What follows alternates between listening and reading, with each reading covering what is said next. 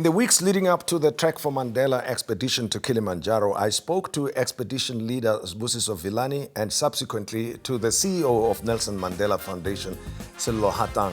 And this is what they told me then. And then there are specific activities on the day, and there's also is it Trek for Mandela? Yes, and there's also is exciting. It the one? Yeah, and exciting because you pulled out of that one. I must say, I don't know whether one declares that you chickened out, but I put out a challenge. Yes. Last year, yes. and which was graciously accepted. Exactly. And I'm still hoping that you'll join next year. Oh, next year, okay. Yeah. Well, you're a great guy. I must give you, and I really appreciate that you've given me a break for another year. Yes. They're leaving tomorrow to climb Kilimanjaro. Yes. And the big idea is to help keep girl children in school. Yes. I don't think for any one of us it's acceptable to have girl children missing 50 plus days because of the lack of sanitary towels. Yes. So we're concentrating a lot on rural schools and poor community schools where we're saying girl children need not miss school. So they're leaving tomorrow. It's about 45 climbers who are going. You can see the program is growing. It started with 2 people, Richard Mabaso and Sibusiso Vilane back in 2012. Today we're talking about 45 people. Yeah. Started with 1,000 girls. Today we're talking about 275,000. All mountains are unique and they've got their own way of defeating you, so you respect the mountain. Yeah.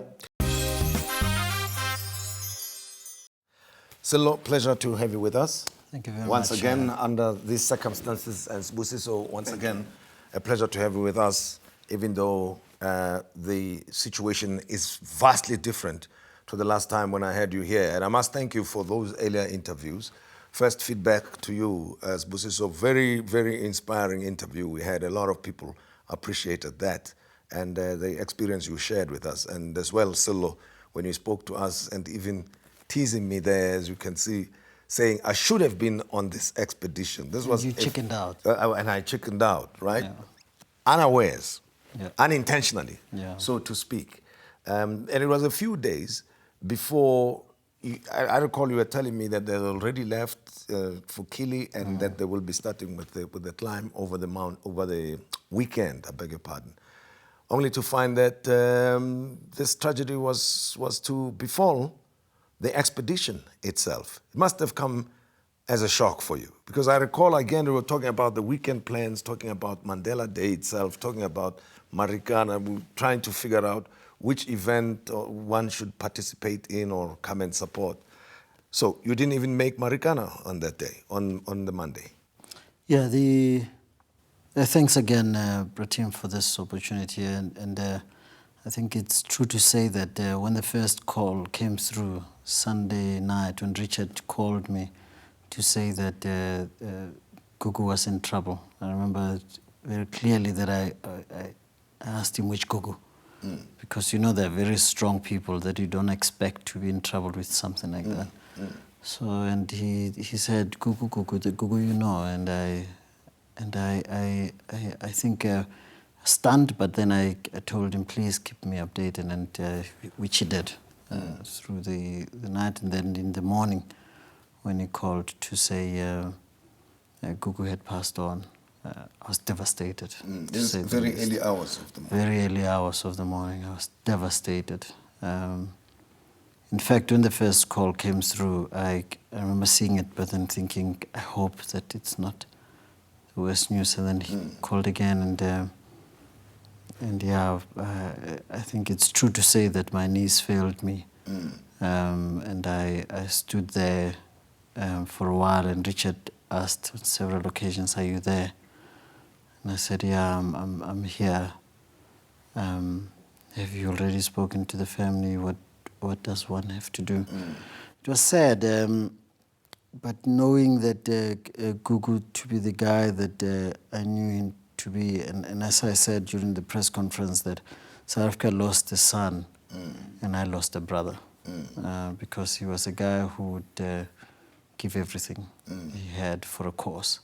But you know, I suppose for the people who made up that group, that expedition, it must have been worse, terrible, because they were there firsthand. Then I can imagine the camaraderie that's formed by a group, a team of people who are going on such a mission. You've gone around the world on missions of this nature, Sibusiso, going to the Arctic and so on, and Mount Himalayas around the world, that you form a bond, isn't it, as people who go on these expeditions. So in terms of the morale of the team, how much time did you spend together before leaving for Kilimanjaro? We spent quite a great deal of time together, and that's why this team had already developed the bond that we're talking about, the friendship that we're talking about. So they were brothers and sisters, because as soon as we started putting the track for this year, they went to several group expeditions and training, and that's where the team dynamics were developed to an extent that they would care for each other on any day on the mountain. So yes, they've made quite an amazing team to climb this mountain with, and the training that they had they'd done prior to finding themselves on the slopes of the mountain, in my view, I believe was just enough to see them climb the mountain all the way to the summit with the challenge, because it will always be a challenge. You can never be fully prepared and ready to go and take that challenge. But I wasn't really in doubt that if any of them put up the effort required on the day, they will reach the summit and then come back down. But unfortunately, it was never to be for Gugu and Richard and Letsejo as well, as they had to run down the mountain trying to make sure we'll that get it was back alive. to what transpired on the mountain on the day. You saw them off which day was it? It was on the 13th. Yes. So they then arrived that evening. So the way it goes is that you leave on the 13th. You arrive in Tanzania, and then you have to fly to Kilimanjaro and take about 2-hour drive, I think, to the hotel. Yeah. And all that, you get to the hotel close to midnight. Yes. Then you get ready for the next day. So you have dinner close to midnight, you can imagine, and go to bed and get ready for the next morning. So I saw them off the day, and then I think I spoke to Richard one more time, saying not just to check that all is well, because from that point on, I was then focused on the Nelson Mandela annual lecture and other Mandela Day activities. You can imagine between that period, from the 13th through to the 17th, it's now building up to the annual lecture. Yes. Now spending more time in Mamelodi and preparing for the lecture. Right, and of course, because it's happened successfully before, many then times human before. beings who were optimistic. The last thing on your mind is that something tragic is likely to happen, right? In fact, when it started, and I think it's important for viewers to remember this, that it was started by Richard and Sibusiso 2012. They were the only two climbers. They managed to help keep 1,000 girls in school. Then the following year, they had about 10 or so, 5 or 10 climbers, and they managed to keep about 10,000 or so girls in school. The success was just exponential. So you could see that by 2015, which is when I climbed, last year, we managed to raise enough funds to keep 275,000 girls in school with 37 climbers who included 14 CEOs of top companies in South Africa. Now, it tells you that the success has been... And just so we're clear, when you say to keep girls at school, you mean in terms of the provision of the sanitary towels. Yes. But then the initiative has other elements, which are limited but important for viewers to remember, is that there's the raising awareness of the plight of the girl child. But then there are select schools where you'd find a girl that needs an opportunity for them to have be linked up with a university and get some kind of support, financial support from the university, and we do that. So there are a few success stories of some of those girls that were identified through the initiative, one of them I think is completing her degree as we speak. So you can see that it goes beyond just sanitary towels. You raise the plight of girls and know that South Africans out there will then henceforth think, what do I do to make a difference in the lives of others? Well, we'll talk about what transpired on the mountain in a moment and take it from there because of the emotions around it and how it affected the team itself and the rest of the nation and the activities for the Mandela Day of 2016. We'll continue our conversation in a moment. When the expedition team of Trek for Mandela left South Africa for Mount Kilimanjaro, least did they expect that a member of the team would lose his life on that summit. Famous racetrack star Gugu Zulu expired on the night of July 17 and devastating the team members as well as the Nelson Mandela Foundation and subsequently the rest of the nation. I'm talking to the leaders of Nelson Mandela Foundation, CEO Sello Hatang, as well as the leader of the expedition, Sibusiso Vilane, who are with me here on the show. It was devastating news, I can imagine, at a personal level. Sello, you've already told us a bit about, you receiving the news when the last thing you wanted to hear, the least expected news for you was receiving a call about what was going on Mount Kilimanjaro. But a different experience, I can imagine, for you, Sibusiso.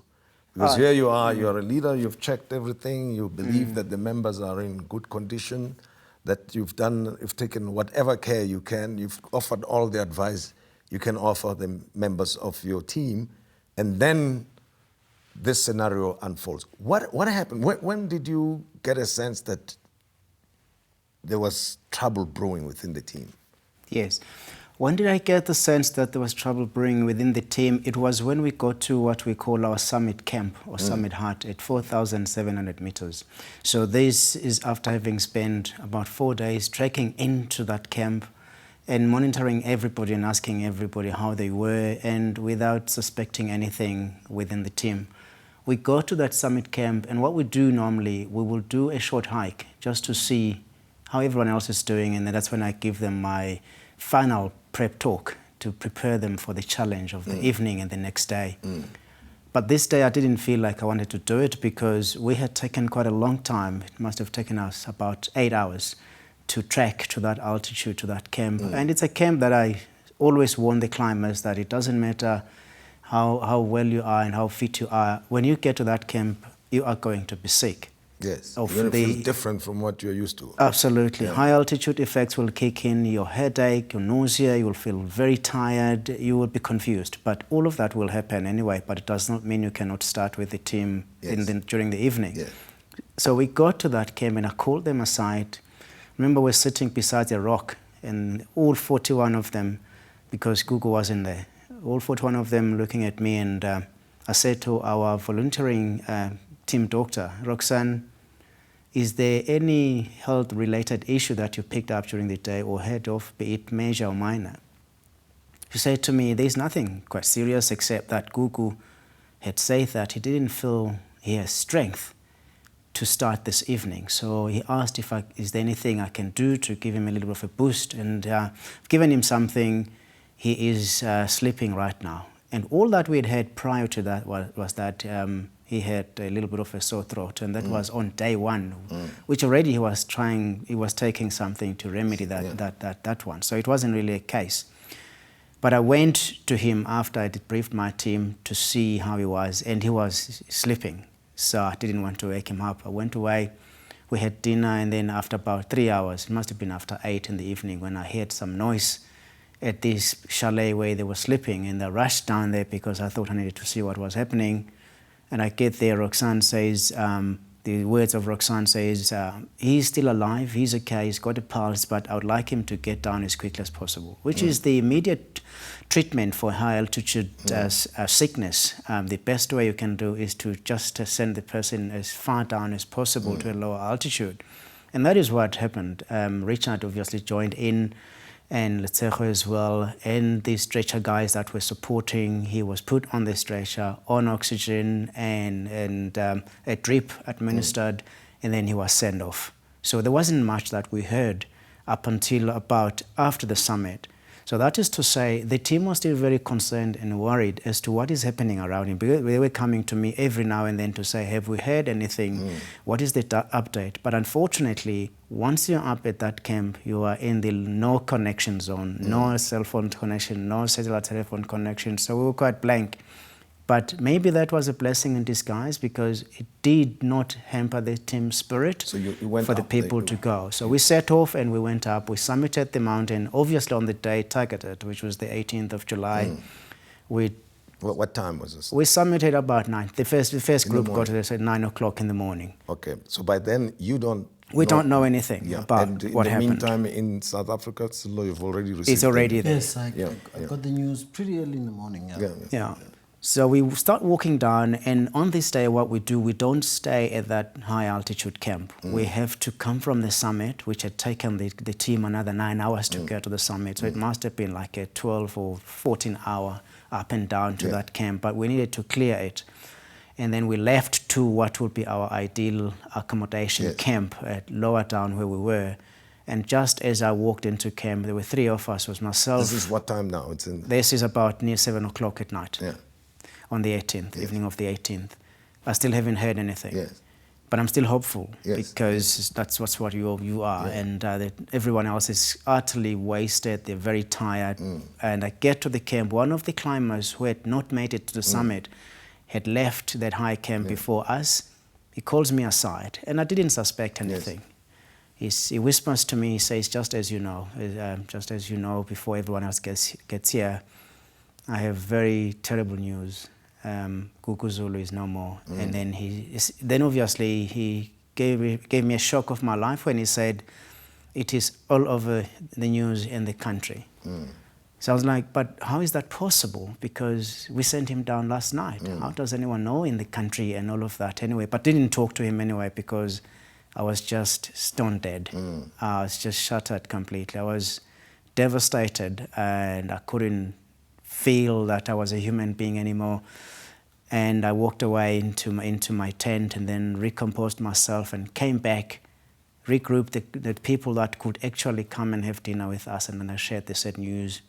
And then the following morning, the whole group, then I tried to sort of like get them together, and I asked that we stay united as a group, and then we need to join in prayers for the Zulus. And there was the situation we're in, and then we walked off that mountain, obviously, as you can tell, heartbroken, all of us. Well, which took the focus completely away from the Mandela Day and other related activities, as I said. But for yourselves, at a personal level, having known Gugu Zulu personally, Sello, you mentioned him, and you can tell us a bit more about him. Even in the way you handled the media inquiries, the public, one could tell that you were very, very gutted, devastated by this experience. You know, the recruitment of Gugu, I did that. So I remember the morning, so my son says to me, no, it was a terrible week for me. I had not seen them much, and he says, no, we haven't gone to the park, so let's rather go to the stairs, Westcliff stairs. Get in the car and go there, and as we walk up the stairs, there we spot Gugu we spotted Letshego. And so I check with her, what are you doing here? Shouldn't you be nursing the baby? Because you've just had a baby. And he says, no, I just want people to know, for women to know that after your pregnancy, you can bounce back very quickly and continue to live life. And that's what I'm doing here. We're shooting a docu or some kind of a video. And as we're talking, I said to her, no, because you are a supporter of Mandela Day, how about you join me to climb Kilimanjaro? Because at the time, I was not aware that I was not going to climb. We hadn't yet decided on the dates for the annual lecture. How about you join me? And she said, sure. At that point, then Gugu had joined. So with baby, so I carried baby and then let's say then turned to Cooks and said, this one, babes, we're doing together. We're hitting this one together. He says, of course, this is not rocket science. We are in Sello Hatang, we're in. You can confirm us. So we sign, we actually shake on it with Gugu, and then I give baby back, we go off. So a couple of weeks later, one of the two of them then writes to me to say, don't forget about us. We want to be part of this thing. And so I confirmed to say that, no, Richard will be writing to you in no time to confirm. We're just finalizing a couple of things. So you'll get your details. And that's how they joined. And you can imagine, for me, getting that call in the morning to say that the person that you recruited to climb the mountain has passed on.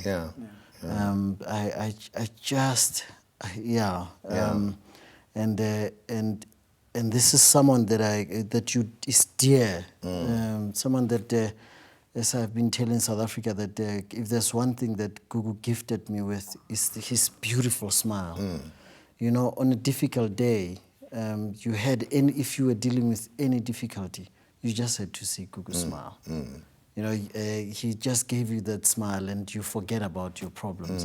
And he had that thing about him that when he was talking to you, you were the only person. He made you feel like the world stopped. It's just around focused you. on It's you. Yeah. And that's the kind of person that Gugu was. And at the press conference, I was saying to South Africa, what happened on that mountain is one of those things that we need not forget why he did what he was doing.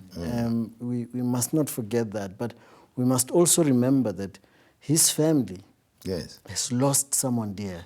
As much as we can claim him, he was for all of us. We loved Gugu, and if there's anything that one can do is to just honor that legacy by going and completing the journey. And because of the levels of inequality in our country, because of the challenges that we have in our country, that journey is not likely to end in 2018, in 2019. We have to continue. Sibusiso, as expedition leader, you felt like you had let the team down, even though there's not much you could have done. Really, I'm sure a lot of people who heard you speak, very sympathetic to what you had to say, but you know, you could not predict the conditions. Neither can any one of us say this is how any journey of our lives is going to end like. But it was something very, very personal to you. It was in the sense that that's pretty much why when the relatives came to bid us farewell, to wish us good luck, I made that promise quite publicly and said, my sole responsibility was to look after each one of them to summit and then back home. And I said, I will bring them back to you alive. And that's why I felt very disappointed and broken to say that one of them is not here with you. So I had to take that personal responsibility and say, I apologize for what has happened, but it wasn't pre-planned and it wasn't the way it should have ended. We should have been celebrating for success, but unfortunately it had to be the other way around. But well, I must compliment you, gentlemen, in the manner that you managed the whole outcome of the story, in pacifying the nation and extending the sympathies, condolences to the families, as well as helping us focus, understand what the whole point of this expedition was and what the whole purpose of it was, and sharing with us the stories of Gugu Zulu, the person himself. Once again, would like to extend our own sympathies to his family and his wife and the Zulu family. Thanks very much for providing the leadership when it was needed. And being as formidable and focused as you are. We appreciate. Thank you. Sello Hatang and Sibusiso Vilane. These are the two gentlemen who, when this tragedy happened on Kilimanjaro, managed the whole process for us. And as we speak to you this evening, they would have had the memorial of Gugu Zulu here in Johannesburg. And on behalf of the program, we extend the same sympathies to everybody concerned.